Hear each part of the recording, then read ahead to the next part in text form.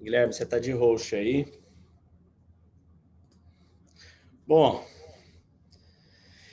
e aí, quem está por aqui? Alguém não chegou a assistir a última aula que a gente fez na terça-feira?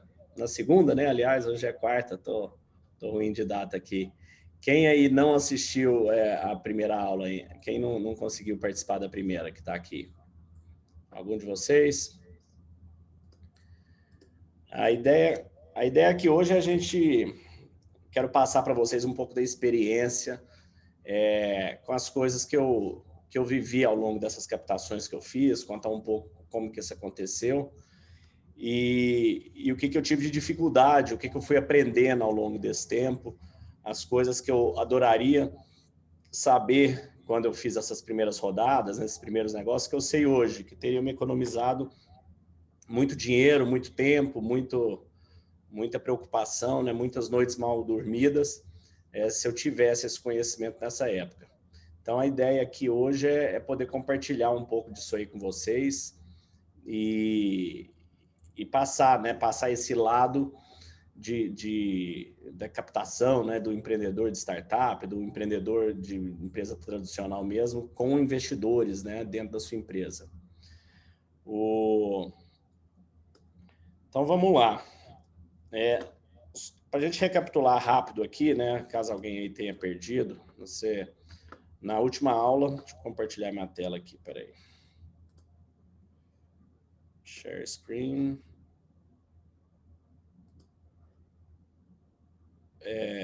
Guilherme, eu tenho que liberar eu para compartilhar a tela aqui. Reclaim host. Pronto. Aqui, então vamos lá, share screen.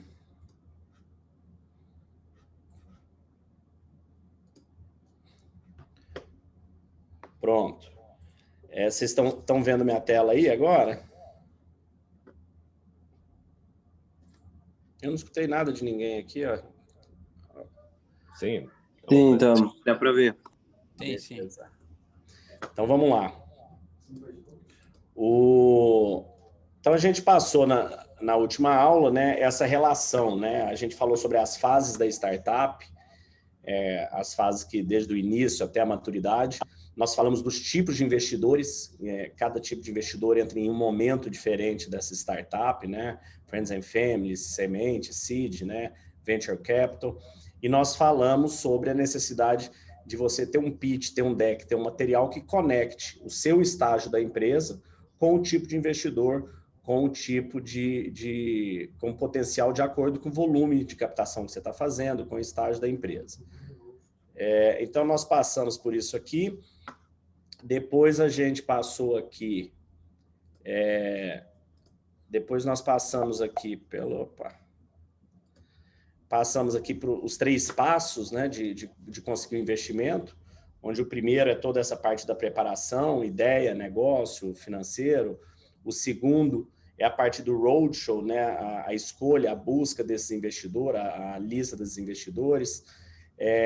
E, por fim, a gente chegou aí na parte do fechamento, negociação, onde para cada uma dessas fases você tem desafios diferentes e você não pode errar em nenhuma delas, porque se você errar, se você não gerir bem essa expectativa, se você não gerir bem o interesse do fundo, o que se apresenta, a forma como se apresenta e a continuidade do que se executa nesse tempo, né, nesse delta entre você ter conversado a primeira vez e realmente entrar o recurso, você perde essa oportunidade.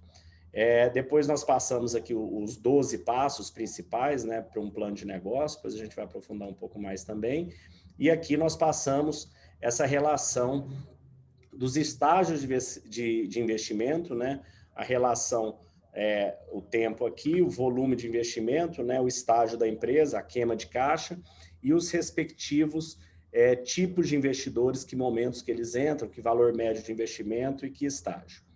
E hoje, nós vamos aprofundar aqui, eu vou apresentar para vocês o que eu chamo do mapa do êxito da startup, né? Esse mapa do êxito, é um mapa que eu desenvolvi aí com esses anos de experiência e fazendo isso, com um passo a passo, em cada detalhe de tudo que deve ser feito, tudo que o empreendedor deve fazer, deve seguir para conseguir ter o sucesso, né? Então, esse mapa, ele basicamente são aqueles 3 estágios, né, que a gente falou, que estão cada um em uma coluna aqui. O início, a preparação, né? Ele vem a parte da ideia, o plano de negócio, o financeiro, a gente vai aprofundar nele agora. Depois, a parte do roadshow e da captação. E, por fim, a entrada do investimento, né? Então, são as 3 fases mais importantes que unem todo esse momento da captação, né? Essa jornada da captação. Como eu disse já na aula anterior, eu acho que nós tratamos, a captação, se você é uma empresa, uma startup, uma empresa que capta recursos e vai continuar queimando caixa ao longo do seu crescimento, ou seja, você não vai dar lucro por um certo período, e você vai precisar de mais de uma captação. Você não vai precisar só de uma captação. Esse é um erro que eu vejo muita gente cometer, acreditando que a captação é um ato único, que a captação é algo que você vai fazer, fez, conseguiu e encerrou o assunto, né? Como se fosse um casamento, né? Que sem divórcio, um casamento que você casa uma vez e está resolvido esse assunto em tese. Uma captação não, apesar dela dar um trabalho equivalente a sedução de um parceiro ou parceira, ela acontece com certa frequência, que vai depender do seu planejamento, da sua velocidade de crescimento, da sua queima de caixa. Então, ela é um processo onde o empreendedor tem que ter muito claro para ele, uma vez que ele entrou nesse mundo, né? Aqui nesse momento é bom a gente diferenciar o empreendedor de uma empresa de rápido crescimento, que vai continuar queimando caixa até a fase da maturidade, e o empreendedor de uma empresa tradicional, né? For abrir uma loja, um restaurante, alguma coisa que vai ter um investimento inicial e depois ela gera recurso, né? Ela precisa de um fôlego, mas depois, em tese, ela se mantém. Nesse momento é diferente. É importante você entender para o seu negócio qual dos 2 tipos de empreendedor que você qual dos 2 tipos de negócio que você tem.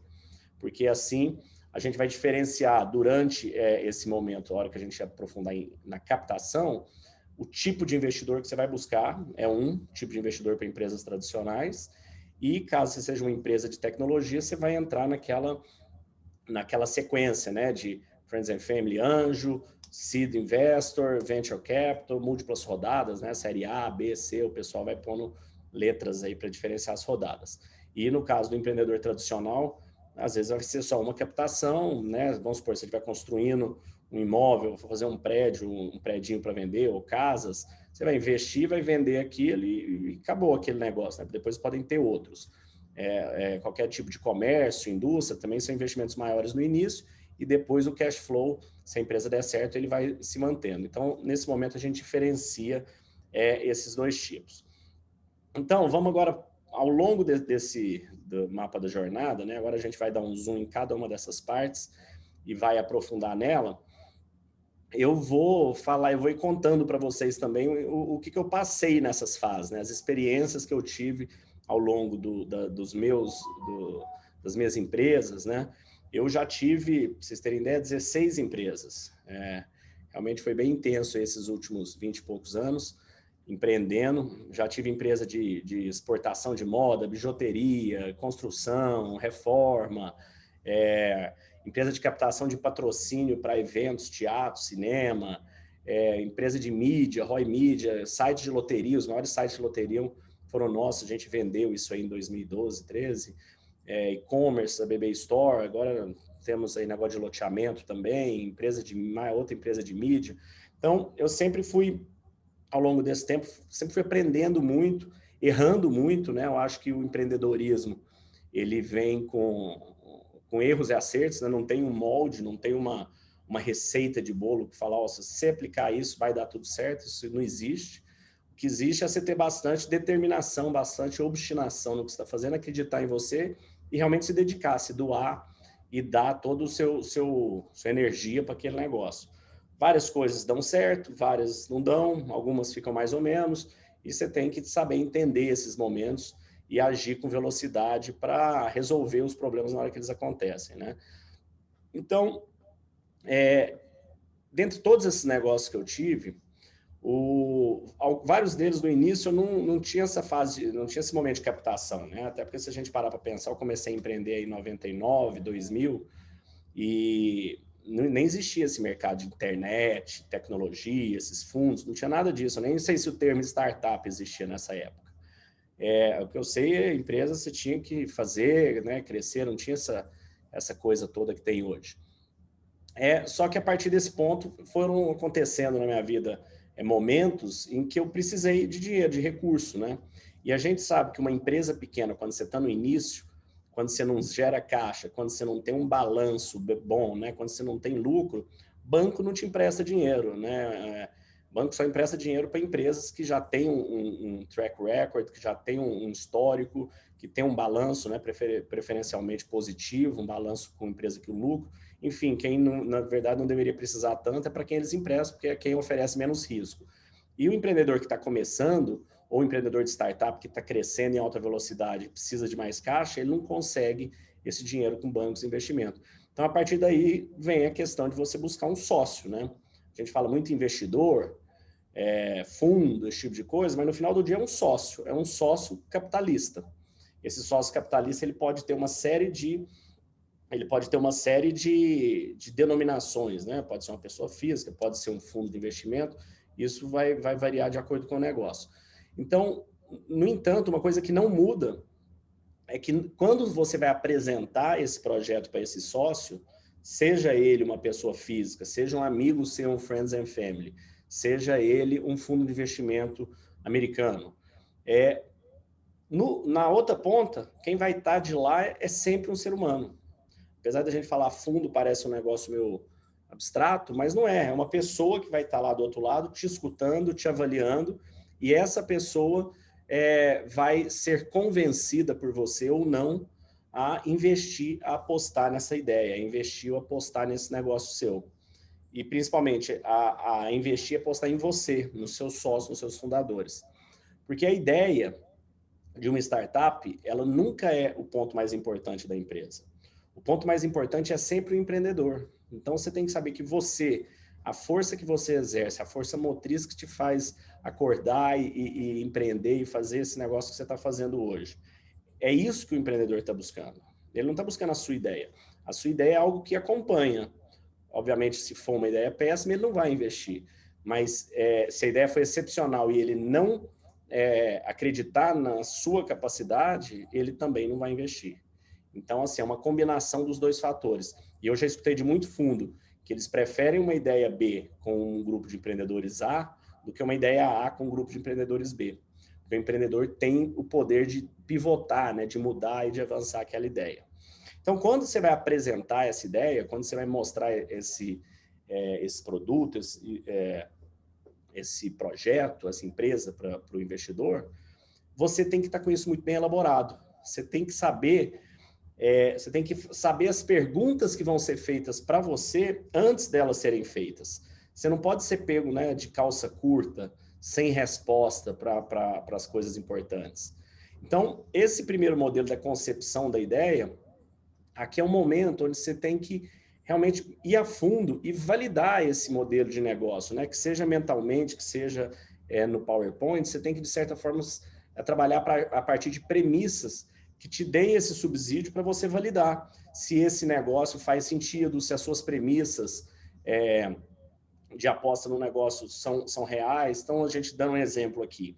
Se a gente falar eu gosto de dar muito o exemplo da empresa como o iFood ou Uber Eats, porque é um tipo de empresa que ela tem dois lados. Ela tem um lado offline, né? Na verdade, ali são restaurantes. Ela tem parceiros que também são offline, que são os motoboys. E ela tem uma plataforma que conecta online o cliente. Então, ela tem um pé no offline, ela tem um pé no online. No online, ela faz uma série de mídias, anúncios e buscas de cliente, né, do consumidor, através de meios digitais ou media marketing. Mas no offline, ela tem uma equipe enorme para lidar com esses motoboys, para lidar com os restaurantes, para captar mais restaurantes para sua base. Então, ela é uma empresa que tem os dois lados. Agora, vocês imaginam que não existissem essas empresas, que ninguém nunca tivesse ouvido falar nisso, né? Apesar de que agora na pandemia, eu acho que o que a gente mais escuta falar é iFood e Uber Eats.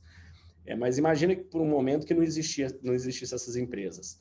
E você fosse fazer um pitch, e você tivesse essa ideia, você fosse o primeiro a ter a ideia, e você fala, ó, a minha ideia é a seguinte, eu quero abrir uma plataforma onde eu vou ter uma série de clientes, eu vou trazer, as pessoas vão ter a oportunidade de entrar nessa plataforma, escolher milhares de restaurantes para pedir o que ela quiser em casa e isso chegar dentro de 1 hora, dentro de 40 minutos, meia hora. E você tem só essa ideia, né? Essa é a ideia, a gema da ideia, né? O núcleo da ideia. Então, se você chegar com uma ideia dessa ali pura, por exemplo, no investidor, e ele te perguntar, ok, mas quem que vai fazer essa entrega? Aí você fala, não sei. Não, é o motoboy? Que motoboy? Esse motoboy é seu? Esse motoboy é do restaurante? Quantos motoboys você vai ter por restaurante? Como é que você vai fazer isso? Você vai ter esse pessoal todo na sua folha? Isso vai ser terceirizado? Como é que isso vai ser? Como é que você vai garantir a qualidade desse restaurante para o cliente? Como é que você vai fazer com que esse cliente pague e esse restaurante receba? Quantos por cento você vai cobrar disso?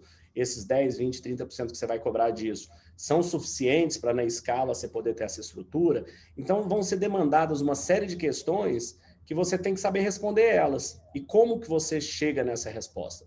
Você chega nessa resposta através de metodologias, existem metodologias específicas, depois eu vou falar sobre uma delas que a gente utiliza, que a gente ensina ela, para te fazer validar, para te fazer colocar num papel, para te fazer colocar num canvas, todos esses pontos, quem são seus parceiros, seus custos, suas receitas, seu modelo de negócio, como que você vai fazer, é um modelo recorrente, é um SaaS, é um e-commerce, é uma venda, é um serviço, venda complexa. Então, para que você consiga elaborar ponto a ponto, amarrar ponto a ponto, tudo que você está buscando para esse negócio, elaborar o seu MVP, né, o Minimal Viable Product, elaborar o ponto a ponto dele e conseguir estruturar todo essa informação dentro de um plano de negócio.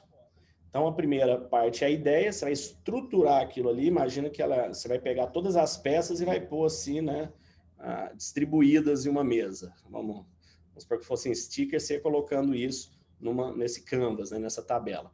Aí você tem lá, aí você conseguiu extrair de dentro de você, extrair das suas pesquisas, busca na internet, conversando com potenciais fornecedores, parceiros, clientes, você extraiu aquilo tudo. Aí você tem essa ideia na sua cabeça.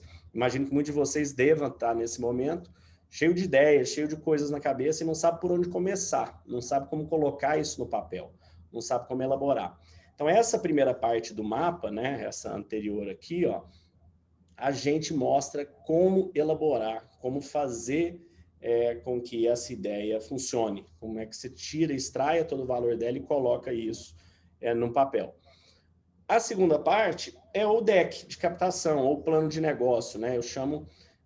qual que é a diferença do termo, né? Deck de captação ou plano de negócio? Um plano de negócio é um documento que você monta, que ele é muito importante para os sócios, né? Para que vocês tenham desenhado em algum lugar, que vocês tenham em algum lugar anotado, planejado o que vocês vão fazer, né? Um plano do que vocês vão fazer. Só que ele não precisa ser tão preocupado com a estética, ele não precisa ser tão preocupado com storytelling, ele não precisa ser tão preocupado com nada além de te lembrar e te auxiliar nos passos que você tem que fazer para a execução desse plano. No entanto, um deck de captação, ele precisa ter todos esses elementos de sedução, de convencimento, de lógica de apresentação, para que você tenha esse storytelling com início, meio e fim, de uma forma com que ele converse com a sua ideia e com o seu interlocutor. Porque se você não conseguir elaborar um deck que tenha esses elementos, você não vai conseguir esse investidor. A busca da captação, eu sempre faço o paralelo, que ela é realmente parecida com a busca de um relacionamento, né? A conquista, nela existe a conquista. você está conquistando, o seu objetivo na captação de investimento é conquistar um sócio, é conquistar um investidor. E para você conquistar esse investidor, existe uma série de elementos e de forma de apresentar que funcionam e existem outras que não funcionam. É como tudo na vida, né? O que você faz, né? Qualquer que seja o negócio que vocês tenham hoje. Existem formas de fazer o que você faz que você sabe que não funciona, porque você faz, você sabe como funciona. Eu, de repente, se eu for entrar num negócio de um de vocês, que não é minha área, coisas que eu não conheço, eu posso tentar fazer alguma coisa de uma forma, né? Vamos dar um exemplo de uma padaria.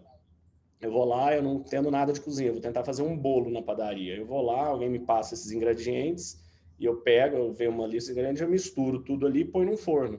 Aí eu vou descobrir que não vai sair o bolo que eu queria, porque existe uma ordem de colocar os ingredientes, existe um tempo que você tem que esperar eles reagirem um com o outro, existe um tempo de preparação, tem um tempo do fermento crescer, tem um tempo específico no forno, depois tem que passar uma calda, enfim. Existe uma ordem cronológica do que deve ser feito naquele momento, com volumes de ingredientes específicos. Você não pode exagerar muito num ponto ou exagerar ou pôr pouca coisa do outro, porque vai estragar o conteúdo. E a elaboração de um plano de negócio é da mesma forma. Não adianta você mandar um plano de negócio com 100 páginas que ninguém vai ler esse plano de negócio.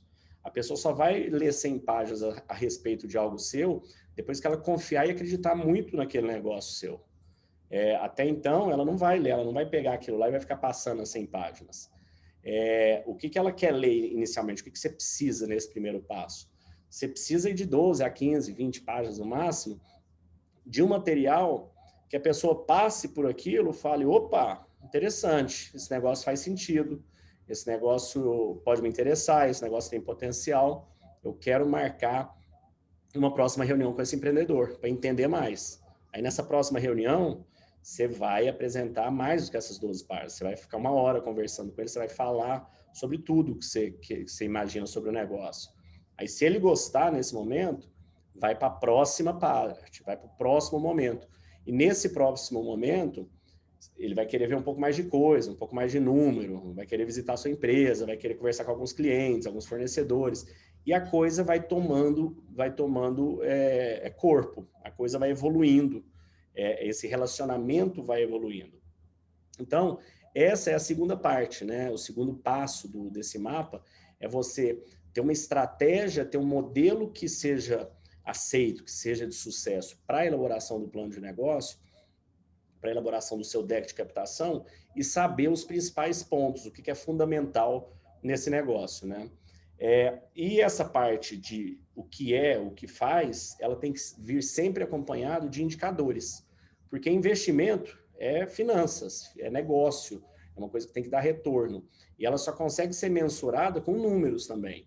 Então, potencial de cliente, tamanho do mercado, KPIs, né? KPIs de marketing, né? De acordo com o estágio que você está, seu ROI, seu CAC, seu LTV sobre CAC, churn, lifetime value. Então, tem uma série de KPIs, né? Que são indicadores que são importantes, fundamentais e específicos para cada momento do negócio.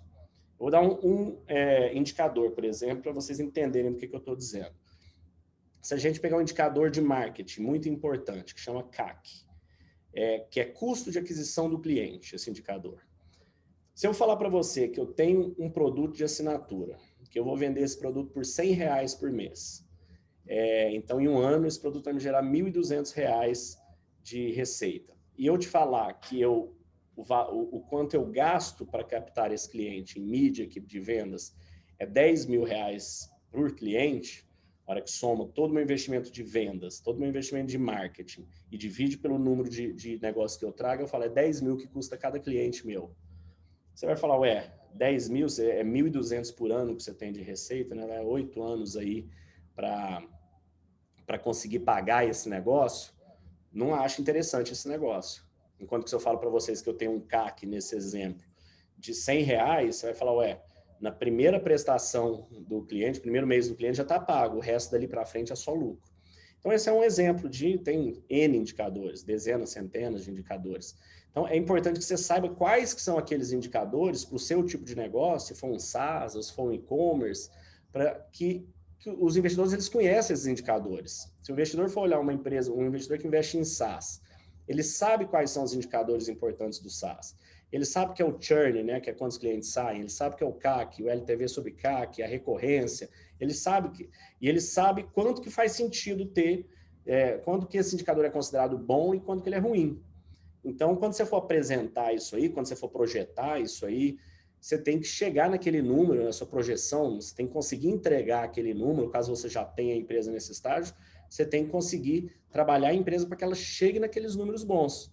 Porque também você não vai pôr mentira, não adianta inventar história, né, pessoal? Nesse negócio, tudo é auditado, tudo é validado, negócio é sério, os investidores são sérios, as empresas são sérias. Então, não tem espaço para mentiras, para... eu achei... Não tem espaço para isso. Tem que ser muito sério, tem que ser muito focado e tem que estar muito em cima dessas informações. Então, o segundo passo do mapa da jornada é esse. O nosso terceiro passo... O nosso terceiro passo, ainda nessa parte da elaboração do material, é a questão do seu financeiro, né?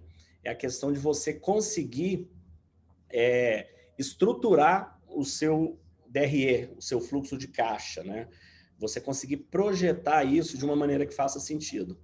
Porque de nada adianta você fazer uma projeção, né? Se você não tiver experiência em financeiro, você, às vezes, né, se não for sua área, você nem sabe o que é um fluxo de caixa, um DRE, quando que isso faz sentido, quando que não faz. Então, é fundamental, esse ponto ele é importante, esse ponto você tem que ter isso, né? Você tem que saber fazer essas projeções, porque é só a partir dela, para começar, você vai conseguir saber quanto que você precisa de recurso para sua empresa. Quanto que você vai precisar de investimento nessa empresa. Porque como que você vai pedir um investimento para alguém, vai pedir para o investidor, eu quero 1 milhão. Você quer 1 milhão por quê? Porque eu preciso de 1 milhão, mas como que você vai gastar esse 1 milhão? Deixa eu ver, me mostra a sua planilha. Então você tem que ter lá quanto que você vai gastar, quanto que você vai começar a ter receita, quando que essa receita vai se pagar, quando que isso aí vai evoluir, e você tem que ter cada um desses pontos muito bem alinhados. Obviamente a gente sabe que essas projeções, pessoal, todo mundo erra, mas não quer dizer que elas não existam. Você erra, porque é difícil acertar um alvo, né? Quanto mais longe você vai nessa projeção, 1 ano, 2, 3, 4, 5, é impossível prever isso aí. Mas o investidor ele tem que ver que a projeção, essa projeção financeira faz sentido para ele. Ele tem que entender que ela faz sentido. Ele não vai achar que você vai acertar isso aí. Ele não vai achar isso. Mas ele não pode olhar que os números não se conversem um com o outro. Você não pode falar, eu tenho um CAC de R$100 por cliente, eu vou dobrar a empresa esse ano que vem eu vou multiplicar ela por 3, aí ele vai fazer as contas e falar, com a base nesse faturamento que você está gerando, não tem receita suficiente para pagar essa equipe de venda que você está propondo. E essa quantidade de vendedores não é suficiente para gerar esse volume de venda que você está apresentando dentro dessa projeção sua. Então tem uma série de pontos que eles têm que conversar um com o outro, porque senão ele vai ver que você está com um ponto cego, que você está chutando números. Então, é fundamental você entender como se faz isso. E apesar de parecer um conceito super complexo, né, principalmente para quem não é de finanças e economia, ele não é tão complexo. Ele não é... Depois eu vou mostrar para vocês como que a gente conseguiu descomplicar isso aí, deixar isso de uma forma simples, deixar isso de uma forma que qualquer pessoa consiga entender e, quando necessário, ela consiga saber o que tem que ser feito para conseguir buscar ajuda para que aquilo seja feito, né? Eu digo que assim, o empreendedor, você não precisa saber tudo, ninguém sabe tudo, ninguém está próximo de saber, né? Nem próximo de... Ninguém sabe nada, na verdade, sabemos muito pouco. Mas o que você tem que saber é saber o que você precisa e saber buscar quem saiba fazer aquilo. Então, você não sabe contabilidade, você vai buscar um contador. Você não sabe de finanças, vai buscar alguém que entenda para projetar. Você não sabe de marketing, você vai buscar alguém que saiba fazer marketing. No entanto, se você não souber que existe isso, não souber como funciona, fica difícil para você até saber quem que você tem que buscar. Porque você não sabe nem as peças que você precisa. Então, como que eu vou descobrir quem pode me entregar essas peças, esses pontos? Então, por isso que é importante você ter essa visão holística, você entender o todo, tudo que vai estar embutido, tudo que precisa acompanhar essas projeções, né? Então, depois que você já conseguiu, né, superar essa fase de projeção, de caixa, de DRE, descobrir quanto que você vai precisar de recurso, né, a tal da curva J, que é aquela que eu mostrei na última aula lá, você vai precisar saber, na hora que você for buscar um investidor, quanto vale sua empresa. Porque senão aí é o momento que você já pode tomar uma mega tungada, né? Você pode deixar muito dinheiro na mesa por trazer um investimento com valor muito baixo, você pode perder um investidor num bom preço, porque você acha que a sua empresa vale muito mais do que ela vale. Então é importante que você entenda quanto vale a sua empresa. Você entenda qual a metodologia. Existem inúmeras metodologias. Eu tenho 7 que eu utilizo, 7 que eu ensino com mais detalhe dentro do eCaptei, que elas vão. Uma é mais focada em empresa já estabelecida que gera caixa, a outra que gera EBITDA, a outra que tem ativa, a outra que é startup, a outra que é startup mais avançada. Então tem uma série de metodologias que às vezes você usa 2 ou 3 combinadas para você chegar numa média. Fala, minha empresa vale entre 5 e 7 milhões, ela vale entre 12 e 15. Você chega num número próximo ali. Então você vai trabalhar dentro daquele range. Obviamente você quer puxar mais para 15 ou menos para 12. Então, você entender isso aí é fundamental para que você consiga ter firmeza, ter controle durante a negociação, durante a busca do recurso. Então, vocês percebam que existe uma lógica, existe um passo a passo bem elaborado. Não é uma coisa ao acaso, né? Vou ver isso agora, vou ver aquilo outro. Não, é um passo a passo. É um que a gente chama de um mapa mesmo, né? Um mapa, é um playbook, né? O pessoal gosta de usar isso muito em tecnologia, é um playbook do passo a passo que você precisa para conseguir chegar a ter sucesso nessa captação. Então, essas são as 3 primeiras etapas. Essas etapas, vocês percebam que elas estão todas internas, né? Elas são todas intra-empresa, elas só dependem de você e da sua equipe, que é essa parte do início da preparação, né? Os passos para o projeto da criação. Agora a gente vai entrar, eu vou passar um pouco com vocês nessa segunda etapa, né? A parte do roadshow e da captação. Que eu até, como a gente disse, eu vou passar coisas para vocês que os investidores não falam. Vocês, a menos que tenham vivido isso, vocês não vão saber, vocês só aprendem vivendo. E o meu intuito com o eCaptei, né? O meu intuito com o livro do Zero ao Exit que eu escrevi é contar os bastidores, né? O que realmente acontece nesses bastidores do mundo de investimento. Então, aqui, nós vamos falar na 4ª etapa, né? Então, você imagina ali que você passou por toda essa preparação, você passou por toda essa estruturação do seu produto, então você já tem... A ideia está toda desenhada, ou sua empresa já existe, está acontecendo, você captou tudo aquilo que sua empresa faz, o seu projeto, você colocou aquilo num deck maravilhoso, tem ali seu deck de 12, 15, 20 páginas ali perfeito, você já sabe quanto você precisa, você tem suas planilhas, você tem suas projeções, você já calculou quanto que ela vale, aí você tem seu, né, você põe seu deckzinho embaixo do braço ali agora e você fala, bom, agora eu já sei o que eu preciso, quanto eu preciso, eu vou atrás de buscar os investidores. Você vai dar esse próximo passo, né, esse 4º passo. Aí você pergunta, bom, e quem são esses investidores? Onde que eu encontro esses investidores? Como é que eu falo com esses investidores? Como é que eu faço isso, né? Se você nunca fez, é provável que você não saiba como fazer. Então, você precisa começar a entender quais são esses tipos de investidores. Então, a gente tem, já disse anteriormente, né? A gente tem ali, vamos pegar 2 linhas aqui. Uma é a linha da startup e a outra é a linha da empresa tradicional. Quando a gente fala de startup e empresa tradicional, tem um investidor em comum, que é o Friends and Family, né? Seus amigos, seus familiares que vão investir no seu negócio.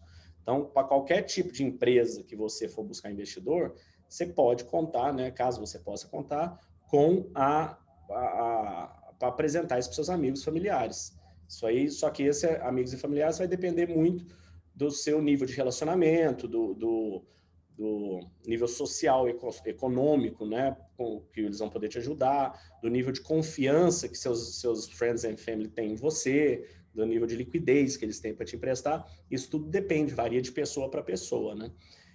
Então, mas esse é o primeiro nível. Num segundo nível, agora a gente falando da startup, tem o tal dos investidores anjos, né? Como eu disse na outra aula, quem que são os investidores anjos? Investidores anjos, na sua maioria, são pessoas físicas, como eu sou um investidor anjo, como tem vários amigos que são, como várias outras pessoas que você tem um recurso seu, que você tem um recurso disponível, que você pode colocar ele no banco, só que as taxas de juros estão péssimas, né? Com inflação chega a ser negativo, eu posso pôr esse dinheiro na bolsa, eu posso comprar um imóvel, eu posso comprar uma fazenda, eu posso comprar qualquer coisa, e eu falo, não, eu vou pegar uma parte desse recurso que eu tenho, e eu vou investir em startups.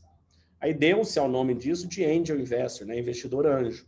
Então, eles são pessoas físicas que fazem. Você fala, qual que é a diferença do Friends and Family? É que o Friends and Family tá ali, né? São seus amigos familiares que querem investir em você, não quer dizer que ele vai investir em mim. Ele confia em você ele põe um dinheiro ali, põe 50 mil, 100 mil, 500 mil, depende do Friends and Family. Agora, o investidor anjo, ele vai atrás do negócio, ele vai buscar oportunidades interessantes que ele acredita para ele investir o dinheiro, não precisa estar na família dele. E o que os investidores anjos fazem muitas vezes? Eles se juntam com outros investidores anjos para que o risco deles fique diluído. Porque se eu tenho 100 mil reais para investir, disponível na minha conta para investir em startup, eu posso investir 100 mil em uma startup e torcer, rezar todo dia para essa startup dar certo, ou eu posso chamar mais 9 amigos, cada um coloca 100 mil, e a gente investe em 10 startups, 100 mil em cada uma, e se uma der certo, divide com todo mundo. Quer dizer, quantas derem certo, mas ali, se 9 derem errado, você ainda tem uma ali, você tem 10% daquela uma que você colocou. Então, é igual comprar bolão, né, de loteria. Você divide o risco. Então, é o que os investidores anjos fazem. Existem alguns um pouco mais qualificados que eles investem também, que eles montam um pequeno fundo. Aí, a partir daí, você tem o investidor anjo, né? O anjo, eu falei, o semente, o venture, e você sobe naquela linha. Para o investidor, para o negócio tradicional, você tem outra linha. Qual que é essa linha? Saindo do primeiro ponto, que é o Friends and Family, você tem investidores estratégicos. O investidor estratégico pode investir também em startup. Quem que são esses investidores estratégicos? Investidores estratégicos são geralmente empresas que têm interesse naquela tecnologia. Então, você pega, por exemplo, o Pão de Açúcar comprou uma empresa tipo a Rappi, que chama James. Comprou essa empresa, ela era bem pequena, para que eles fizessem as entregas, os deliveries do Pão de Açúcar. Ele focou naquilo. A Natura comprou outro dia outra empresa aí dessa área de cosmético. A Boticário comprou uma outra. A farmácia Drogazil, comprou um negócio de uma startup de tecnologia de remédio, de farmácia. Então, hoje, essas grandes empresas, essas grandes corporações, elas sabem que elas têm que também se digitalizar, elas estão em busca de empreendedores com projetos bacanas que sejam interessantes e que tenham aderência ao negócio principal dela. Então, ali você tem investidor estratégico, ele vai tanto para startup quanto para negócio tradicional. Depois, você tem também o crowdfunding, né? Os crowdfunding são investidores que investem, que são várias pessoas físicas, que tem alguns sites de crowdfunding no Brasil. Então, você coloca lá 1.000, 10 mil, 5 mil, 50 mil, 100 mil, várias pessoas colocam e aquele site seleciona o melhor projeto e coloca, né? Como se você investisse, quase como um fundo, né? O crowdfunding vem de múltiplos investidores. Então, tem esse tipo de investidor também. Então, pessoal, tem essas possibilidades. Aí depois private equity, são outros tipos de investimentos maiores, né? Um outro que eu não falei ainda hoje é o do family offices. O que são family offices também? Tem no Brasil em torno de 200 e poucos family offices. São famílias muito ricas, que têm muito recurso, e elas têm um escritório próprio para administrar o investimento daquele recurso. E hoje também, pela mesma razão que todo mundo está querendo investir em startup, né, que a gente bateu os recordes de startup, essas empresas estão buscando, esses family offices estão buscando alocar um percentual maior do seu recurso em empresas de tecnologia e em startups. Então, a gente tem para os dois lados ali tipo de investidor. O que é fundamental? Cada um desses investidores investe, tem uma tese de investimento. Cada um desses investidores, eles colocam um valor mínimo e máximo. Então, tem uns que colocam 100 mil, tem uns que é 500 mil, tem uns que é 1 milhão mínimo, tem uns que é 5, que é 10, cada um tem um valor mínimo. E vários deles são nichados, né? Ou seja, eles investem em nichos diferentes. E quais são esses nichos? A gente falando tem investidor que só investe em real estate, né? Mercado imobiliário. Então, o negócio nosso de loteamento que a gente trouxe investidor para o real estate, cara que gosta de ter área, ter terreno, ter apartamento, ter essas coisas. Existem investidores family office ou investidores que gostam de investir só em agrotechs, em coisas do agro. Tem outros que só em e-commerce, só SaaS, só fintech, health tech. você tem de todo tipo. Tem uns que gostam de investir em franquias, em redes de bares, restaurantes, lojas. Então, cada um gosta de investir num tipo de negócio. Então, você tem que começar a entender como que a gente fez aqui dentro do eCaptei, né, para a gente conseguir facilitar a vida dos empreendedores que estão junto com a gente, dos empreendedores que estão fazendo o método, que estão seguindo o modelo que a gente propõe. Nós desenvolvemos, está entrando no ar agora em breve, já era para ter entrado, né? Mas sistema é igual reforma, né? Parece sempre acerta um cano e enrola mais um mês. É complicado, quem mexe com tecnologia sabe bem. Mas como a gente tem esse volume muito grande de empreendedores de um lado e de fundos do outro lado, e é sempre um empreendedor, né? Precisa sair, você não sabe onde buscar, quem é, nós montamos um sistema que chama eCaptei Connected, né? Que até então a gente vinha auxiliando essas centenas de empreendedores dentro do eCaptei, indicando, a gente dá, né, uma lista com 150, 160 tipos de fundos, investidores, com os contatos, mas mesmo assim não é tão fácil. Só que o sistema ele vai permitir que as empresas se cadastrem, né, que cada startup, cada empresa se cadastre ali, os fundos estão cadastrados do outro lado, explicitando o que eles querem, que tipo de negócio, que valor de investimento, e a gente passa a fazer esse match, né, essa conexão entre o empreendedor e o investidor, para facilitar. Funciona muito similar a um Tinder, né, ao Happn, né, essas empresas de relacionamento aí, fazendo esse match. Então, nós estamos com esse projeto, que deve ficar pronto até final do ano, início de janeiro, aí, imagino que foi a última data que eu tive, deve estar pronto. Então, isso aqui vai auxiliar bastante nesse momento, né? Para você conseguir encontrar esse perfil de investidor e entender. Aí você deu mais esse passo, né? O quarto passo é encontrou quem é aquele investidor, quem é o perfil de pessoa que você está buscando. Aí você vai para o próximo passo, né? Que é agendar as reuniões. Então, uma coisa é você saber quem é, você saber para quem você liga, você saber com quem você fala. Outra coisa é você conseguir o acesso a essa pessoa, é você conseguir enviar um deck, é você conseguir mandar um e-mail, ligar, né?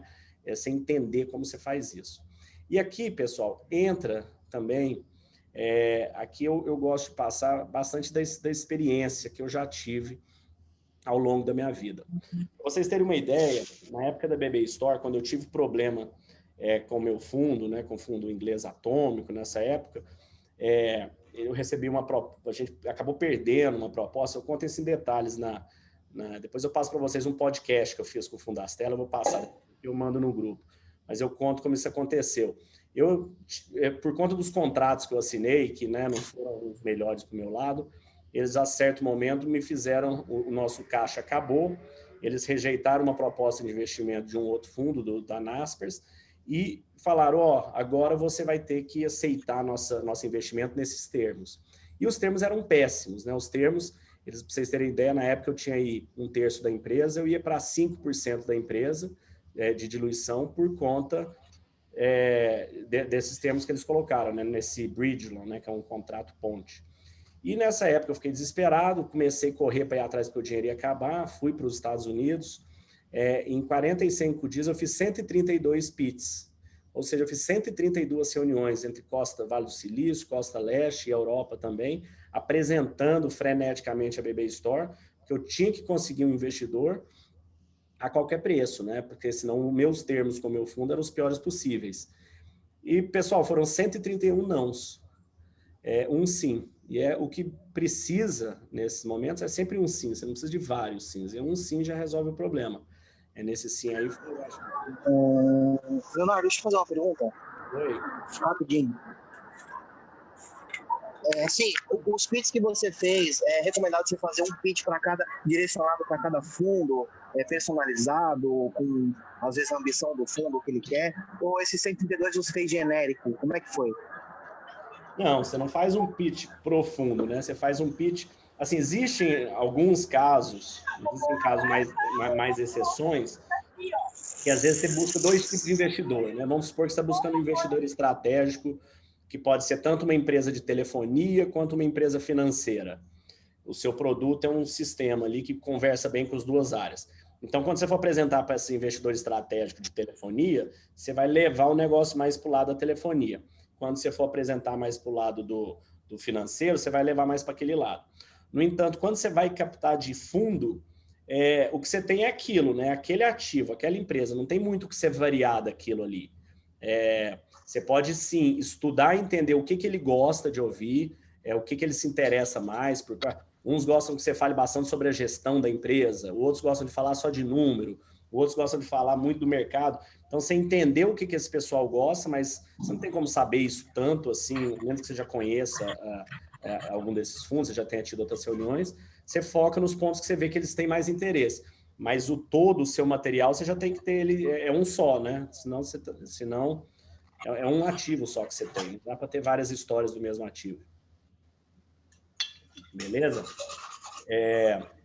Então, nessa parte do agendamento, como que você seleciona, né? Então, aqui a gente passa, né, como é que são as melhores abordagens, né? As formas de apresentar para você conseguir ter esse acesso. Como é que você busca o contato? Você pede alguém para te ajudar a apresentar? Como é que você faz esse cold call, esse cold e-mail, né? O LinkedIn? Como é que você faz isso, né? E, assim, até essa pergunta aí foi bacana. Eu não, aqui na minha telinha ela está minimizada, eu não vi quem me perguntou. Você me desculpa, quem foi? Samuel. Foi eu. Samuel, essa pergunta ela é interessante no sentido que, assim, esse estudo a ser feito antes, quanto mais você souber sobre a pessoa que você está buscando, né, sobre o investidor que você está buscando, melhor vai ser a sua apresentação. Então, por exemplo, você descobre que o fundo Red Point, lá com o Romero, meu amigo lá, ele é um potencial investidor para o seu negócio. Então, se você pesquisar as empresas que ele já investiu, os negócios que ele já investiu, se você conseguir pesquisar e ter isso, aí você consegue fazer um link a hora que você mandar uma mensagem, porque a minha empresa é muito similar às empresas X, porque a gente também faz isso, a gente tem esse impacto nisso e naquilo outro. Então, você consegue modelar para chamar a atenção dele no e-mail, para chamar a atenção dele nessa primeira apresentação. Então, é isso que acontece aqui nessa fase, né? E nesse ponto aqui também, o eCapitay Connected vai ajudar bastante nossos empreendedores aqui, porque ele vai, todos esses fundos, né? Eles já estão, eles vão estar, eles utilizando a ferramenta, então vai facilitar um contato direto para eles poderem filtrar só aquilo que eles querem também, né? Depois, pessoal, então a gente passou a primeira coluna inteira, o último passo dessa coluna, né? Então, você já escolheu o fundo, você conseguiu ter acesso, você conseguiu chegar nele, você conseguiu despertar o interesse desse fundo. O que você vai ter que fazer agora? Você vai ter que negociar. Agora é a parte que entra a negociação, né? A parte que você vai realmente, o cara já interessou, ele quer investir, vai começar a negociar todos os pontos, né? Iniciando pelo volume de investimento, pelo valor da sua empresa, né? O valuation que a gente falou lá atrás, vai começar essa negociação. Agora, existem dois pontos muito importantes de uma negociação que você vai fazer com um fundo de investimento, ou com um investidor qualquer que seja ele. A negociação, os pontos que têm que ser discutidos, porque vamos lá, você não está vendendo, não é uma negociação que talvez você faça na sua empresa, onde você está vendendo um produto para um cliente. Você fala, eu negocio muito bem, eu sou um bom negociador, eu sou vendedor, eu sei vender muito bem. Uma coisa é você saber vender muito bem um produto que você conheça ele muito bem, um serviço que você conheça muito bem. No entanto, o que você está vendendo agora é uma participação na sua empresa, é uma sociedade na sua empresa. E o que é o ativo disso aí, né? O que é o cerne dessa negociação? Os primeiros pontos são as questões econômicas, né? Que é a primeira que vem à mente. Fala, eu quero 1 milhão, eu quero pegar minha empresa num valuation de 4 milhões pre-money. Então, ela vai para um post-money de 5 milhões. Eu vou me diluir em 20%. Então, você tem isso aí na sua cabeça, você fez seus cálculos, é isso que você quer. Agora, esse ponto, apesar de muito importante, ele não é o mais importante. Acreditem se quiser, ele não é o mais importante. Porque existe uma série de cláusulas e de pontos que vêm nesse acordo de acionista, que vocês vão estar também negociando durante esse momento, que se vocês não tomarem cuidado, se vocês negociarem errado, por qualquer que seja o valor que ele coloca, a diluição que você tenha, você corre um grande risco de chegar no final dessa empresa, mesmo com uma empresa enorme que deu certo, essa empresa é vendida, abre IPO, faz o que for, e você sai sem nada, ou com muito pouco. Então, é fundamental que você entenda o que acontece depois dessa negociação. Onde que esses termos, onde que essa questão toda te amarra. Quais são os seus compromissos que você vai ter, quais são as preferências que o fundo vai ter, quais são os vetos, como é que vai ser esse conselho, como é que vai ser o vesting das ações dos founders, como é que vai ser a questão do stock option pool. Então, tem uma série de pontos que você tem que entender antes de negociar, porque o investidor vai sentar na sua frente sabendo de tudo isso. Imagina que ele veio ele está dentro de um ambiente que ele conhece o ambiente, e você está na porta do ambiente, negociando com ele para entrar naquele ambiente dele. Ele conhece aquilo como a palma da mão, e você não conhece nada, você nunca teve naquele ambiente. Então, a assimetria de conhecimento entre o investidor e o empreendedor nesse momento, ela é muito grande. E aqui o meu trabalho com vocês é diminuir essa assimetria, é trazer esse conhecimento para que vocês tenham um conhecimento muito mais próximo do que o fundo tem, do que o investidor tem, para que vocês tenham sucesso durante essa negociação. Outra coisa muito importante nisso é que os próprios fundos, né, eu converso aí com dezenas de fundos toda semana, e eles estão adorando esse trabalho que nós estamos fazendo com os empreendedores, porque eles não querem, o objetivo do fundo não é sacanear o empreendedor. Ele não quer isso, ele quer ganhar dinheiro. Ele está pondo o dinheiro dele, vai ter um risco ali no negócio, ele sabe disso tudo. Agora, ele precisa que o empreendedor saiba também o que ele está fazendo, né? Eu dou um exemplo que é como se fosse negociar com uma criança de 5 anos de idade um investimento na bolsa. Como é que você vai negociar isso? A criança não tem a menor ideia nem o que é bolsa, nem finanças, nem nada. Então, você fala, não dá para negociar com essa criança sobre isso. Ela tem que crescer, tem que aprender mais coisas para a gente poder conversar no mesmo nível. Então, nesse ponto aqui, a negociação eu divido ela em duas partes. A primeira é a parte da negociação. A segunda é a parte de você conhecer o que deve ser negociado, o que é importante de ser negociado. Com relação à técnica e metodologia de negociação, eu tive aí o privilégio de ter feito o OPM, né, que é Owner President Management, que é um curso em Harvard por 3 anos para empreendedores, onde eles escolhem em torno de 160 empreendedores do mundo todo por ano. Aí você fica 3 anos fazendo esse curso, vai lá um mês e meio a cada ano. E lá, quem deu para a gente as aulas durante esses 3 anos de negociação foi o Deepak Malhotra, que é considerado um dos gênios da negociação no mundo. Tem alguns livros super interessantes deles, Negotiation Genius, tem alguns muito bons. E ele nos ensinou coisas valiosíssimas de negociação, que você usa essas técnicas não apenas para captar investimentos, você usa para tudo na vida. Como negociar, como você saber se posicionar, quais são os pontos, a forma de negociação, né?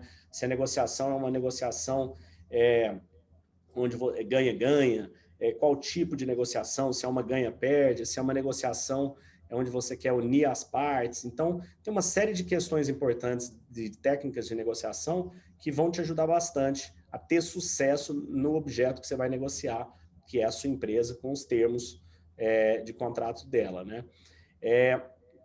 Então, outro ponto muito importante nesse momento da negociação, né, além das questões econômicas, financeiras e tudo, é você saber negociar isso ao mesmo tempo que você não perde o controle da sua empresa.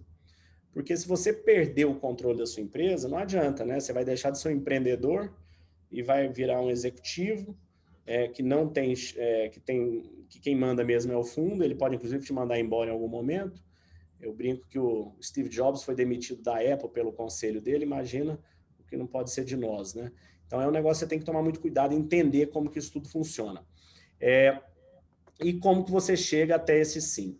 Então aqui nessa parte, aqui nesse 6º passo, né, do mapa da jornada, a gente aprofunda bastante em como isso funciona, em como que a gente dá esse passo.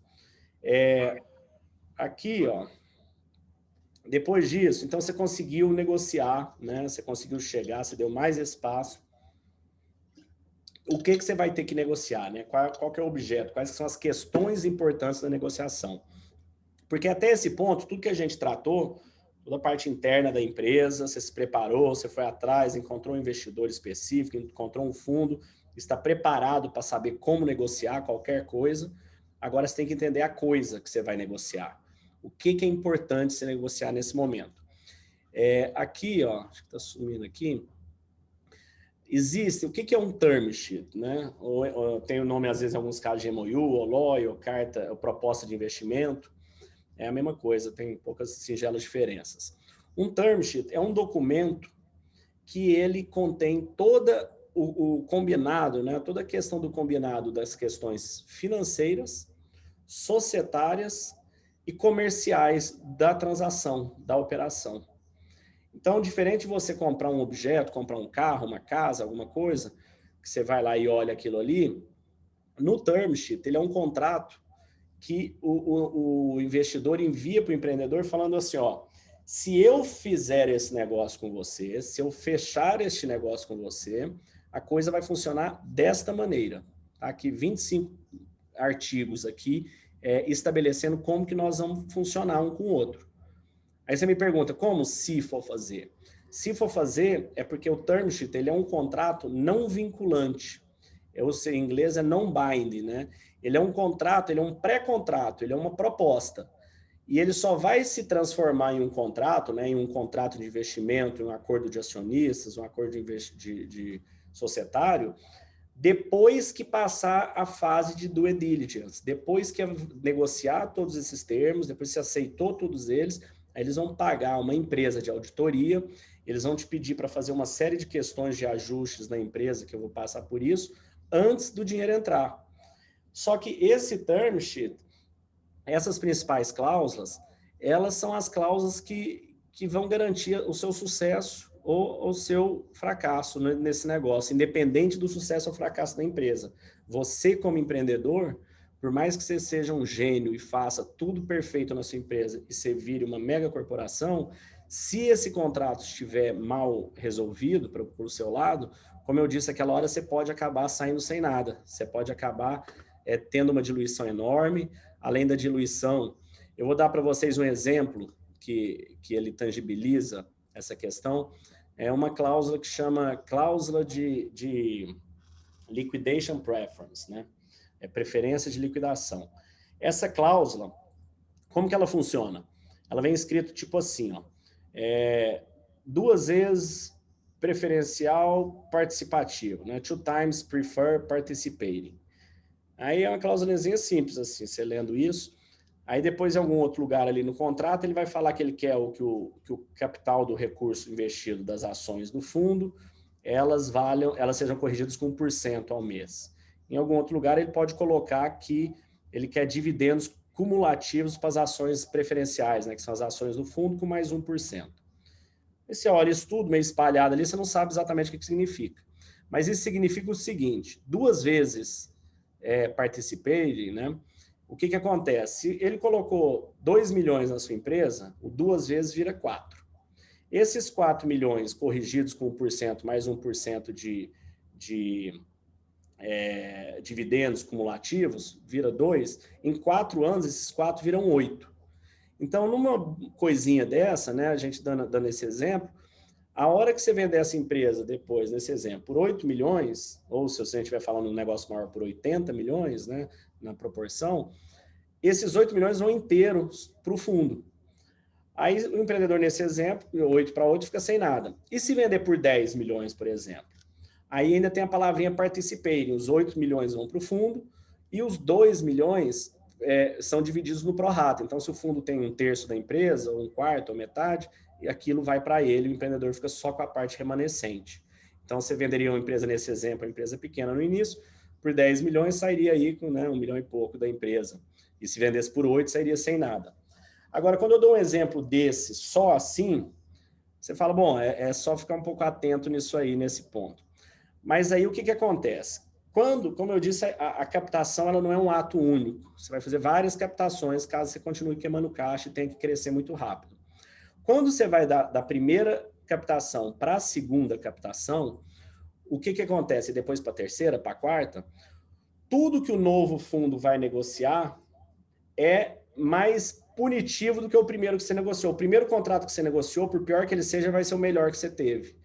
Os benefícios nunca retroagem. Então, se um fundo pediu de você no início 2 vezes participei, com correção, com tudo, o outro fundo que vier em cima fala, opa, eu quero isso também. Quero isso em cima de você, fundo, e de você, empreendedor. Aí depois vem o terceiro, opa, quero isso também. Então, você vai somando uma série de preferências de liquidação de fundo, que a hora que você faz a conta, você se ferra, você está sem nada ali, trabalhando igual louco, e se vender aquela empresa por centenas de milhões, você está sem nada. Tem um case muito interessante, vocês escutarem, tem lá, eu vou passar o link depois do meu podcast da Astela, que eu conto essas coisas com mais detalhe, e vou passar o do Paulo Veras, que é um grande amigo também, o fundador da 99 Táxi, vender aí, né, o primeiro unicórnio brasileiro e tudo. E ele fala no podcast dele, eles tinham captado 10 milhões, depois 50, depois 200, e eles estavam com caixa com 200 milhões de dólares. Aí veio a proposta de compra da Didi, ele falou, cara, pessoal, ninguém queria vender, queria chegar a um bi tanto, Aí eles começaram a ver lá, falou, cara, se a gente gastar esse caixa para crescer e a Uber vier forte como acabou vindo, e a gente precisar de outras rodadas de captação, a gente corre o risco de chegar lá na frente, ser vitorioso nessa guerra e, como empreendedor, sair sem nada de uma venda da empresa, porque as preferências de liquidação empilhada acabariam com o nosso potencial de retorno. Então, ele fala isso no podcast dele, ele foi uma das questões que levou eles a tomar a decisão de vender. Então, assim como essa, existem todas as questões de conselho, quantas pessoas vão ter no conselho, o que eles vão mandar, como é que você tem que se preparar para isso, né? O conselho é um grupo de pessoas escolhidos que eles mandam no CEO. Então, tudo que é determinado na questão do crescimento da empresa, das estratégias, é definido pelo conselho. E o CEO passa a responder para esse conselho. Vai ter toda uma questão, por exemplo, tem o Stock Option. Stock Option é um negócio que... Vou dar um exemplo para vocês. Stock Option é fundamental, né? Toda startup tem que ter um volume de Stock Option para você atrair talentos, para você atrair bons profissionais para sua empresa. Porque, afinal, você não tem muito recurso na empresa. Então, você precisa de dar para esse profissional uma participação da empresa, para que a hora que essa empresa for vendida e der certo, esse profissional também ganhe dinheiro, fique bem com você. Então, para isso existe a Stock Option. Agora, aí, da onde que sai essa Stock Option? Né? Você dá ela, mas quem que perde com isso? Eu vou dar um outro exemplo simples aqui. Vamos supor, naquele exemplo de 4 milhões, você conseguiu um valuation na sua empresa de 4 milhões e vai captar de 1 milhão de reais e o post money vai para 5, né? Então, quem entrou com 1 ali vai ficar com 20% da empresa. Só que aí você fala, nossa, top, o investidor conseguiu um valuation de pre-money de 4 milhões. Então, você dilui 20%, você fica com 80% e o investidor com 20%. Aí, só que o investidor pega e fala, tá tudo certo, mas eu quero que emita mais 20% de stock option para a equipe. Aí você fala, emite, né? Emite não sou eu que emito. Então, tá tudo certo, deixa emitir aí quantos quiserem. Só que o que acontece? A hora que você emite mais 20%, você dilui mais os 20% em cima daquilo ali. Porque de onde que vai sair, né? As ações, você tem 1.000 ações na empresa, você emite mais 200, vai ter 1.200, quem tinha 1.000 vai ter 80%, quem tem 20 ali vai ter os outros 20. Então, a hora que emite, isso sai do empreendedor. Então, nesse primeiro exemplo que eu dei, que o empreendedor ficaria com 80%, a hora que emite 20% de stock option, ele vai ficar aí com 60%. Então, se ele ficou com 60%, o pre-money real dele ali não foi os 4 milhões, foi 2 e alguma coisa ali. Então, esses pontos, eles vão entrando, vão acontecendo, né? Tem algumas questões que eu digo que são muito importantes, tem a tal o que eu digo do valuation superdimensionado, né? Que são algumas dicas que eu dou que elas, para quem não passou por isso, às vezes elas não são óbvias. Se a gente for vender alguma coisa nossa, alguma coisa pessoal, um carro, uma casa, qualquer imóvel, obviamente você quer que aquilo valha o máximo possível. Você quer que aquilo, se minha casa, que o mercado dela, sei lá, ela vale 500 mil, eu quero que se eu conseguir vender ela por 1 milhão, maravilhoso, né? No entanto, quando você vai trazer um investidor para sua empresa, e você vai precisar de outras rodadas, não é interessante para você que você seja avaliado mais do que você realmente mereça, né? Mais do que a sua empresa realmente valha. Por que isso? Porque existe o seguinte, se você faz uma rodada e você precisa de dinheiro de novo, e na próxima rodada você tiver um valuation, os novos investidores acharem que você vale menos do que na primeira rodada, vai acontecer o que é chamado de down round, né? ou round negativo. E no caso desse down round, toda diluição do novo fundo do que ele vai entrar, ela vai acontecer em cima do empreendedor. E isso arrebenta com a participação do empreendedor, porque a empresa não vai ser diluída no 100%, ela vai ser diluída na participação do empreendedor. Se você já tiver com 60% da empresa nesse momento, todos os 20% que vier vão vir do seu. Então, do seu 60 vai sair 20 ali, você vai ficar com 40, você perdeu 30% numa rodada de 20, 33. Então, isso tudo é muito importante, isso tudo está nessa parte do term sheet, né? Então, uma vez que você negocia esses 25 termos, que eu passo com isso a fundo, em detalhes, dentro do método, que amanhã eu vou mostrar para vocês com algumas surpresas, com algumas coisas bem bacanas, você vai para a 8ª fase, para o 8º passo. E o que é esse 8º passo, né?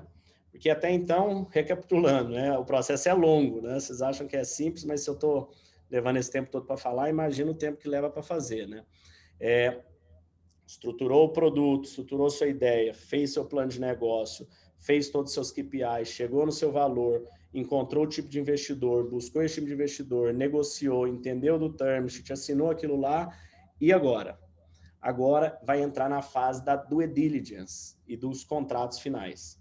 Então, durante tudo que você fez até agora, tudo que você apresentou, isso tem que conversar com tudo que você vai apresentar nesse momento.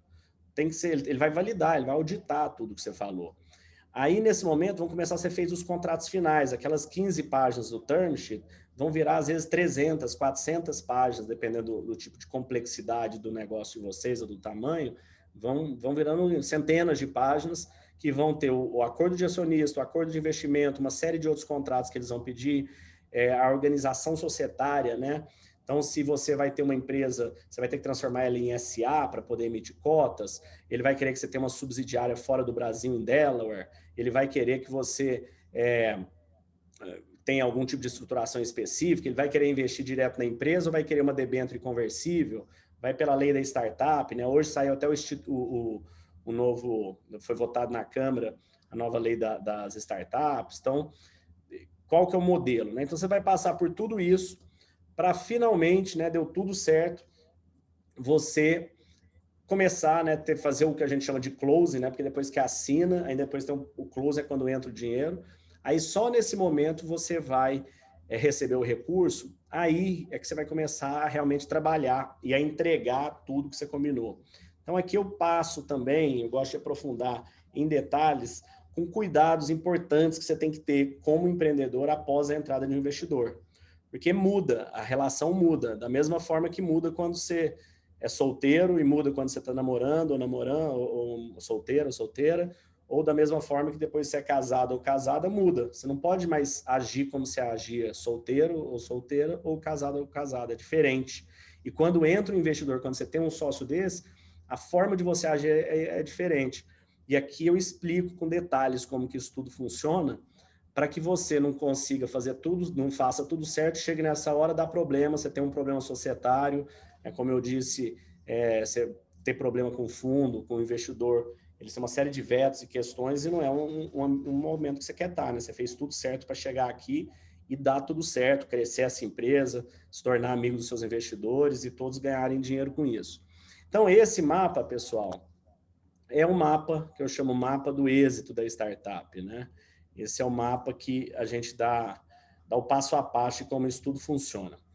E a ideia é a seguinte, hoje era apresentar para vocês tudo isso. Eu, ao longo desses anos, né, eu até mandei lá no grupo, eu escrevi esse livro do Zero ao Exit, que tem uma parte aí da minha história, das coisas todas, e onde eu começo a falar um pouco sobre negociação, sobre fundo. E quem escreveu o prefácio foi o Romero Rodrigues, que foi um dos primeiros unicórnios do Brasil, né, CEO do Buscapé, fundador do Buscapé. Hoje em dia ele é gestor da Redpoint, um dos maiores fundos de venture do Brasil, e ele fala ali, o Léo desnudou os investidores com isso aí. E quando eu escrevi esse livro, a ideia realmente foi no final do ano passado, eu tinha acabado de vender, de sair de uma última startup que eu estava, E eu falei, cara, tô com meus outros negócios acontecendo, eu tinha vindo para Uberlândia, acabei me casando aqui novamente, e falei, bom, vou escrever um livro, eu dou muita mentoria para o pessoal da Endeavor, para a turma da Endeavor, para os empreendedores, eu sou empreendedor e mentor Endeavor já desde 2013, então quero contar essas experiências, as coisas que eu errei, o que deu errado na BB Store, depois de a empresa chegou a ser líder, faturar aí mais de 16 milhões por mês e de repente ter os problemas, eu quero passar um pouco dessa experiência. E a partir disso, a hora que o livro ficou pronto, veio a pandemia, eu falei, cara, mas o livro ele é muito bacana para quem já está nessa fase aqui, ó, nas 6 e 7 aqui, ele é bem interessante. Mas daqui para trás, ele não tem essa parte. Então eu falei, bom, eu vou ajudar os empreendedores só daqui para cá, eu só vou conseguir ajudar quem já está em um estágio muito avançado do negócio. Eu gostaria de ajudar aqueles que estão realmente precisando do início, se preparar, montar o plano, montar o financeiro, entender do mercado, como é que isso funciona. Como é que eu vou fazer isso? E foi aí que eu resolvi criar o eCaptei, criar o método Incem, com esse passo a passo que eu mostrei para vocês, com essa metodologia que eu mostrei para vocês. A gente entrou no ar com a nossa primeira turma em março, abril desse ano. Então foram ali 20 e poucas pessoas, depois uma segunda 60 e poucas, 100 e poucas, e a coisa foi crescendo. Então hoje nós estamos aí com mais de 400 de empreendedores fazendo o método, utilizando algumas dezenas aí, próximo, acho que 15 ou 16 confirmados, conseguiram já ter sucesso em suas captações. Depois eu vou passar para vocês uma série no grupo de depoimentos, de vários deles aí para vocês escutarem, verem um pouco.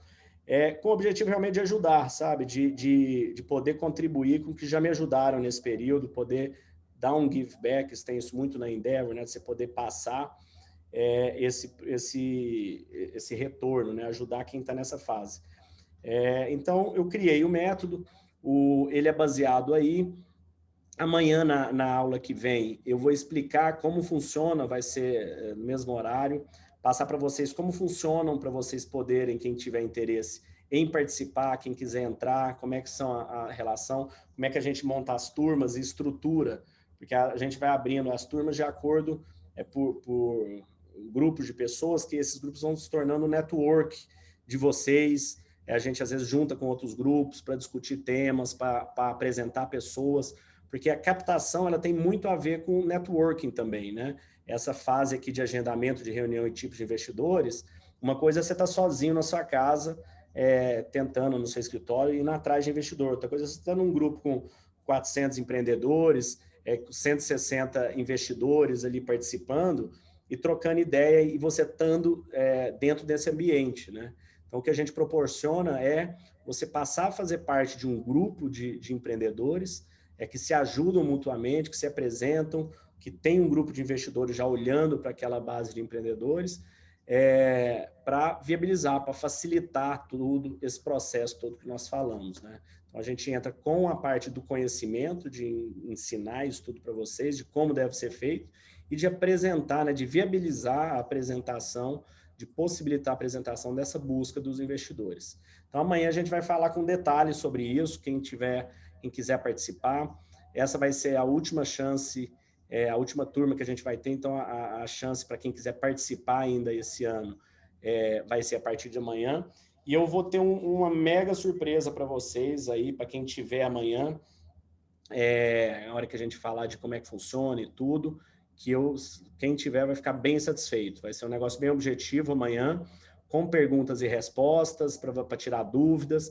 Então, de hoje para amanhã a gente manda mais algum material para vocês darem uma pesquisada, darem uma analisada, e amanhã a gente entra com os detalhes, porque o nosso objetivo é que você venha conosco, você participe dessa comunidade, que você te ajudar mesmo a conseguir dar espaço, sabe? Então, agradeço a todos até agora. Se quiser, a gente pode abrir mais 10 minutos aqui para algumas dúvidas, quem quiser trocar algumas dúvidas. São 8h16, eu consigo ficar até 8h30, ainda depois eu tenho um compromisso.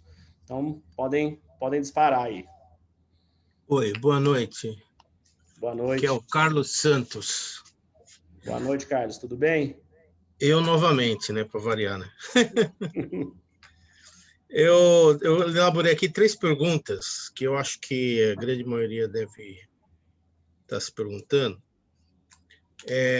Como é que a gente poderia fazer o investidor se interessar pelo nosso negócio antes de efetivamente ir atrás dos investidores? Tipo um pré-aquecimento, né? Eu não sei se existe marketing de startup. Qual a dica que você daria, né? Fazer esse pré-aquecimento. Tipo assim, fazer com que os investidores te procurem também, que conheçam você, né? Tá. Eu queria saber se você já ouviu falar numa cláusula chamada full hatcher nas negociações. Cláusula de antidiluição. Full ratchet e a outra é double racket. É full racket e double racket. E eu já me falaram que isso é uma chave aí para uma boa negociação, né?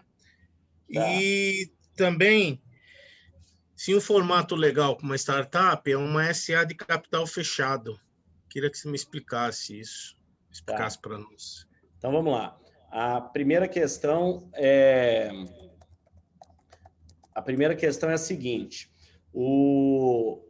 fazer um aquecimento de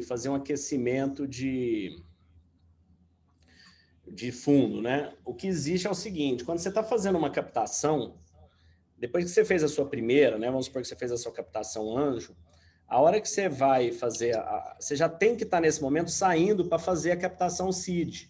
O melhor momento de você captar é quando você tem dinheiro em caixa, porque você está com um estado de espírito bom, você está tranquilo, né? Você sabe que tem um runway, né?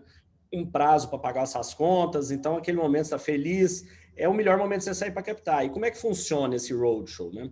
Eu digo que um empreendedor de startup ele tem que gastar de 1/3 a 1/4 de tempo dele focado na captação, na próxima captação. Então, nesse momento que você acabou de fazer uma captação, vamos supor que você fez a primeira rodada aí de anjo aí de, sei lá, 500 mil.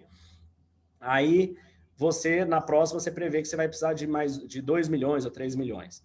Então, você vai, a partir dessa primeira, você vai começar a conversar com esses fundos, você vai começar a marcar com eles. Fala, acabei de fazer essa rodada, daqui um ano e meio, 6 meses, eu vou precisar captar mais.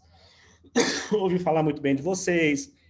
Fulano me apresentou, tá aqui. Eu gostaria de bater um papo, marcar um café, te apresentar a minha empresa. E esse pessoal, eles gostam. Quanto antes você vier para captar, melhor. Então, nesse momento, você já está conversando. Aí, um dia, você vai encontrar um cara que faz série A, um investidor de venture maior, que vai fazer cheque de 10, 20 milhões. Aí você fala, estou com uma empresa nessa linha, tal, faz isso, é um SaaS, tal. O cara vai falar, pô, que bacana. Conversa comigo a hora que você chegar em 1 milhão de faturamento mês, 2 milhões de faturamento mês. Vem conversar comigo que eu tenho interesse nesse negócio. Então, quanto antes você conseguir criar esse relacionamento, ter esse follow-on desse relacionamento, e marcando, aí de tempos em tempos, passou 3 meses, você falou, tá aí o que nós fizemos aí nesses 3 meses, aí você manda um resumo do seu financials, né, que vai virar o próximo deck, olha o tanto que a gente cresceu, olha como nossas margens aumentaram. Então, você vai gerando isso aí ao longo do tempo. E quanto mais pessoas você fala, o mundo dos fundos no final do dia é um mundo pequeno. Então, quanto mais pessoas você acessar, mais elas vão falando entre si. Então, uma vai falando para a outra, você conversou lá com o Carlos da startup tal, eu conversei com ele aqui, ele conversou, pô, bacana, legal, pô, e aí, ele vai fazer uma captação? Parece que agora não, mas daqui 6 meses. Pô, eu vou avaliar, gostei do Carlos, achei um negócio interessante, pô, eu também. Aí você já está começando a gerar aquele FOMO, né, o Fear of Missing Out. Você está gerando aquilo aos poucos. Então, não existe, né? Não adianta você comprar link do Google, do Facebook, para aquecer o cara, que não vai funcionar. O que funciona são duas coisas. Ao longo do tempo, você criando esse relacionamento, você tem que pensar que isso não é um sprint, isso é uma maratona. E, obviamente, o trabalho da sua empresa, quanto mais ela aparecer, melhor. Então, assim, até tem uma forma de fazer isso aí, que a gente usou bastante, usa no negócio, que é a assessoria de imprensa. Então, quando você tem uma assessoria de imprensa, que você sai na mídia, que você sai notícias, essas coisas, é bacana, porque o cara acaba vendo, opa, o que essa empresa faz? Interessante. Então, assessoria de imprensa, mas não é algo focado, você até trabalha ela para que chegue nele, mas não é um negócio fundo com esse, entendeu? É um negócio meio subjetivo, assim. Quanto mais notícia, quanto mais na boca dos clientes e do mercado você tiver, melhor. Então, essa é a primeira parte. A parte de diluição, né? Full ratchet e como é que é? Double aged, full ratchet e double aged. A full ratchet é a pior delas. Ela é a pior delas porque, na verdade, o empreendedor vai assumir toda a diluição sozinho. Toda a diluição vai ficar no colo do empreendedor. Eu falo sobre ela no método, uma aula que eu falo sobre essas duas diluições. Então, o que significa que se você fizer uma rodada abaixo da rodada anterior, se você só tem um fundo que tem 20% da empresa, dói menos. Mas se você já tem 30% da empresa, tem 70% na mão dos fundos, e você tomou um down round, e você vai entrar um cara com 20%, e esses 70% não vão diluir, esses 20% vão sair só dos seus 30%. Então, basicamente, você vai para 10 ali, em termos, às vezes até menos, porque existem empilhamentos de preferência de antidiluição dos fundos. Às vezes você vai para quase nada, beirando zero. Então, ela é ruim. A outra, ela é mais suave, ela não é tão ruim, mas nenhuma das duas é boa. Né? É uma menos ruim, mas ambas... A outra por que a outra foi criada? Ela foi criada porque começou a diluir tanto os empreendedores, né, arrebentar com a participação. Isso veio depois daquela bolha de 2000, lá da bolha da internet. E eles falaram, gente, aí não adianta também a gente matar o empreendedor, né? Porque o cara vai virar as costas e vai embora e entrega a empresa. Então aconteceu isso muito. O cara diz, não quero mais, tchau, não tem mais participação, não sou mais dono. Eles falaram, opa, aí foi demais. Aí fizeram a average, double average, e para compensar isso aí. Então, esses são os dois pontos. Tinha um terceiro aí, que eu não lembro o que era mesmo, até esqueci. SA de capital fechado, como formato. Olha, o que eu tinha na BB Store, umas outras empresas minhas, era isso aí. Porque qual que é a questão? Quando você emite cotas, você tem ações, né, você tem cotas numa limitada e você tem ações na SA.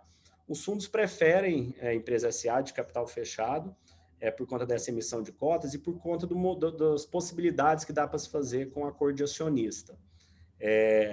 Existe distribuição desproporcional de dividendos, existe uma série de questões na lei das SAs que favorece o investimento. Quando já é um negócio um pouco maior, um pouco mais sofisticado, captar com fundo estrangeiro, o que eles gostam mesmo é que você abra uma subsidiária em Delaware, você abre uma empresa de SA de capital fechado aqui, a empresa de Delaware é dona de 100% dessa empresa aqui no Brasil, e você tem cota junto com os fundos em Delaware. Aí você vai estar tratando com as leis americanas de Delaware. Você vai ter que contratar advogado lá, seu custo vai ser todo lá, e você passa a ser regido pelas leis de lá. É o que os fundos grandes, a hora que a empresa já está mais estruturada, eles vão. E tem uma questão fiscal que é interessante também, no caso de venda da empresa quando ela está em Delaware. Mas no início, o que o pessoal faz debênture conversível. A maior parte é debênture conversível e ele converte se der tudo certo, se der errado, ele não converte. O que tem que tomar muito cuidado nesse caso é porque tem gente tipo de investidor anjo que fala, se der tudo certo eu converto minhas debêntures, né, que é uma dívida conversível, agora se der errado você me paga e paga com juros. Então isso é um tipo de coisa que eu não recomendo ninguém fazer. Porque se o investidor está dizendo que ele é investidor, ele está com você no risco também. Se der tudo errado, deu errado. Todo mundo perde ali e vai para a próxima. Agora, se perder, a empresa der errado e você ter que pagar esse investidor pela debênture, aí no caso ele não está fazendo investimento, você está fazendo uma dívida. Então tem que estar muito claro isso aí. No caso, Delaware não é um paraíso fiscal, não, né? Não, Delaware fica nos Estados Unidos. Sim, é uma cidade. Nos Estados Unidos. Tá. Que tem características de um paraíso fiscal, sim, mas não é considerado como tal, porque você não pode considerar um estado como paraíso fiscal, apenas um país. E nenhum país vai querer considerar os Estados Unidos como um paraíso fiscal. Então lá tem um buraco negro ali, mas que todo mundo aceita. Beleza, obrigado. Beleza, pessoal, dá para mais uma dúvida aí. Alguém quer fazer? Mais alguém? Então é isso, pessoal. Muito obrigado a todos. Obrigado por estarem aqui. Amanhã às 19 horas a gente volta e eu vou passar detalhes para quem quiser participar. Vai ser uma turma que vai ter a gente vai abrir e fechar ela agora nesses primeiros dias. Bem exclusiva, com coisas bem bacanas. E vai ser a última para quem quiser entrar, porque janeiro Janeiro e fevereiro eu não sei como é que nós vamos conseguir, porque minha agenda está bem corrida aí. Tá bom? Então, agradeço a todos. Boa noite, fiquem com Deus e até amanhã, pessoal. Boa noite.